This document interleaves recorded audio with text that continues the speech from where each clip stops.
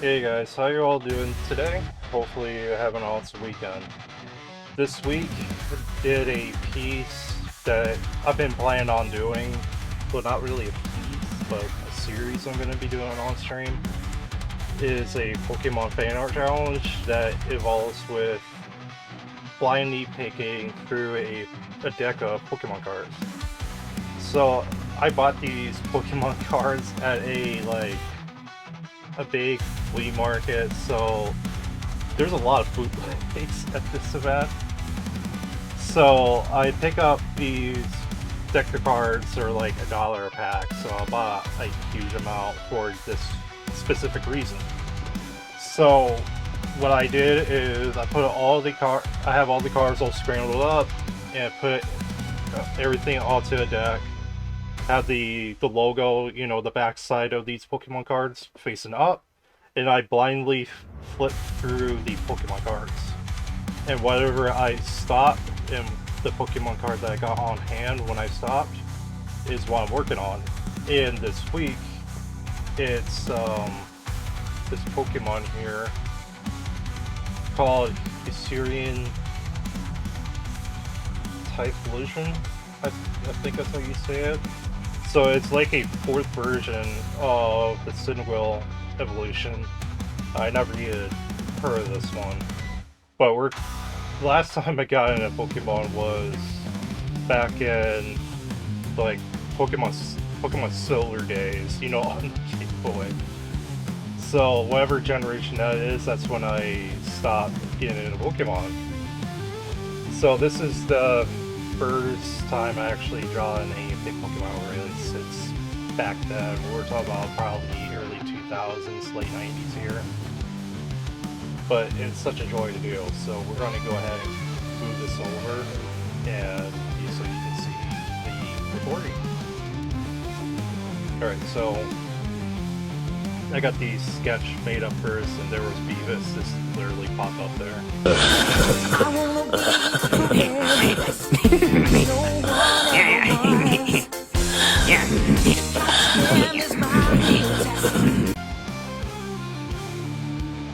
So, getting line art started. Pretty much getting like the base started. So pretty much what I'm doing here is I'll bring up the piece of the picture on screen right now. But anyways, the Pokemon has a lot of hair, but partially kind of like just without hair too. So it was, I think the longest part of the whole thing, it was doing the little hair details, try to be a little bit more, like, have a little bit more fun on the design and everything. So I found a picture of this Pokemon, like, online, and there was a picture of one just sitting on the ground, and when I seen it, it was like, reminds me so much of a bear sitting on the ground. You know how chubby a lot of times these grizzly bears are, and it just reminds me so much of it when this Pokemon's sitting down. So pretty much the idea of the whole thing is an extra shot of this wild Pokemon just sitting there reaching for its berries to eat. And the whole idea for doing this is kind of like the idea of like a late 90s, early 2000s, like children's books that you see. So like, I don't remember the names of the artists, we're talking about something that just muscle memory here. So what I did is, for what I thought of, is pretty much erasing all like the areas where like at the edge of the canvas. So it kind of gives it more of a like kind of like a border in a way, but the watercolor effects on it. So like later we're going to be jumping on Rebel 7 to be able to do those effects. But for now we're just pretty much getting the hair started, pretty much getting the grayscaling going before I stop the first night.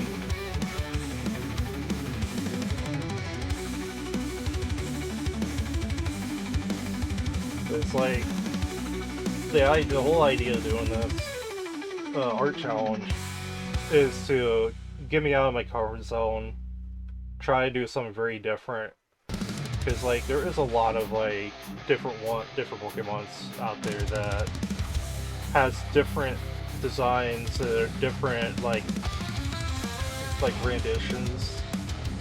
So it's not the same as like would it say this Pokemon and draw on the next one, but the next one would be far different from this one. So it feels like a new thing every time I do these kind of pieces. It'll feel like I'm doing something different. No different what I do with my anime artwork and all the most stuff.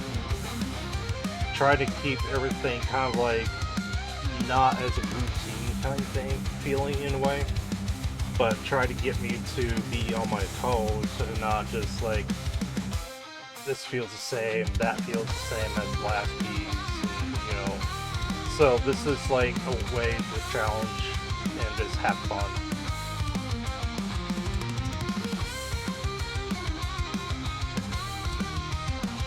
As for the next one I'll be doing, it will be a little bit because I still got plans to do another VTuber fan art, and I'm doing a series with the OC stuff, which that's going to be next week on Tuesday night. So if you want to see that, it's at 10 p.m. Eastern Time, Tuesday night. Yeah, more likely it's going to be more like a kind of thing. But going back to this, pretty much improvising, just kind of like experiment how I'm going to do the branches and the tree trunk, trying to do the bark, you know. So around this time, I put a pause for a minute to get like a brush for doing the tree bark on the tree. Okay, here it goes. So pretty much, I'm happy how that turned out, the tree turned out, but we eventually come back a little later to add a little bit of brightness to the trunk to kind of give a little bit more detail. Then the grass.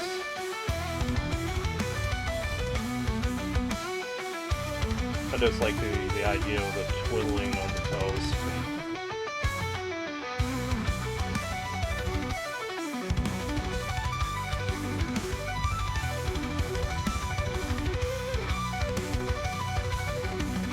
So now this is like the most fun, the most fun part of the picture is doing these flame effects. What I remember from the original was just, you know, regular, you know, colors of fire. But this one, what really stand out for me is the pinkish purples like flames, which that was really neat effect to try to do. Yeah, I was happy how that turned out. So very much getting like the back of the neck, and then we do the same thing with these little fireballs that are on the chest of the Pokemon.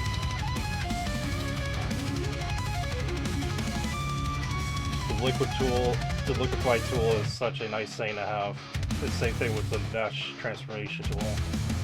We're trying to add a little bit more curves to the flames and everything, which eventually I will come back and brighten them up a little bit more too. So we got the eyes down, which is, you know, oranges and reds pretty much. because like during the time of working on this, it just feels like the flames are not very bright and vibrant. So you'll see a little later that I would be making them look much better than that. So getting the citrus fruits on there, citrus not the normal way, like, you know, say with the citrus, but it's a different wording on this, starting with the S for these berries. So I don't know a whole lot about, like I said, I don't know a whole lot about the Pokemons here, or a lot of the more after the whatever gen it was during the Pokemon Silver days. But what I did is pretty much had to look up to see what Pokemon's like certain berries or something like that. Because I remember years ago that there is some that got their own like light on whatever berries they like. So from what I researched, and it took me a while to find out he likes these little yellow dark spot ones. They're called citrus. So I just went with that. Doing the shadows on the branches to give a little bit of detail.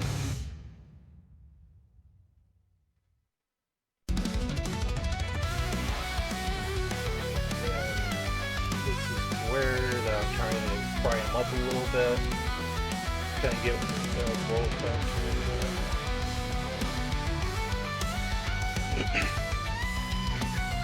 Little twirling rolls.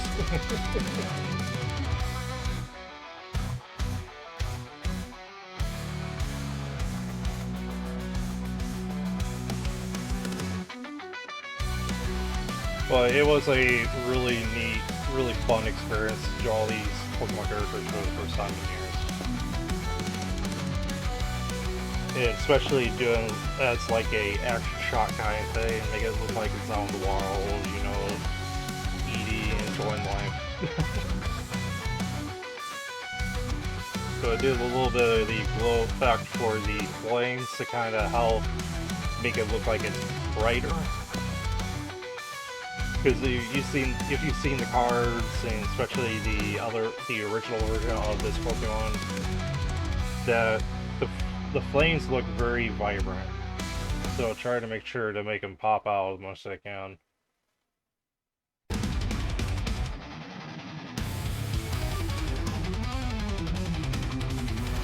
So pretty much cleaning up, be getting ready for Rebel 7. This is what I'm doing right now, is moving it over.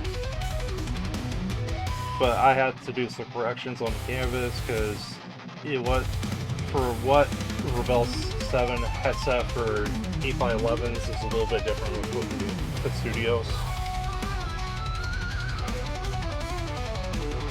So the reason why I use Rebel 7 is trying to get this watercolor effect. And this software is known for it.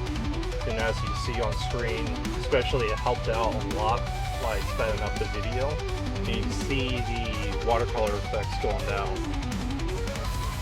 It's so satisfying to watch. I always loved this software, but for the longest time I could barely use it because before I had the XP pen right here, and I tried to do a lot of the stuff on the PC with the iPad Pro, you know, using it as its own graphics tablet. But it's hard to find a good app and software to make Windows and iOS to communicate with each other to use it as a graphics tablet. So anytime I try to use the software to do it and try to use Rebel 7, it will lag bad. It will lag so bad. This took me a lot longer than I wanted to do, mainly due because I didn't lower the DPI for the image. Rebel 7, the Rebel software includes studio softwares are two very different softwares, so you have to play around with it.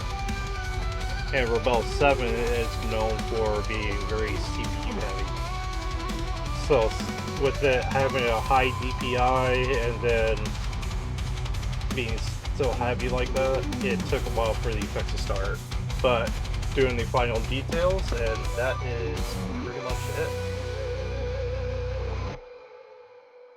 There we go.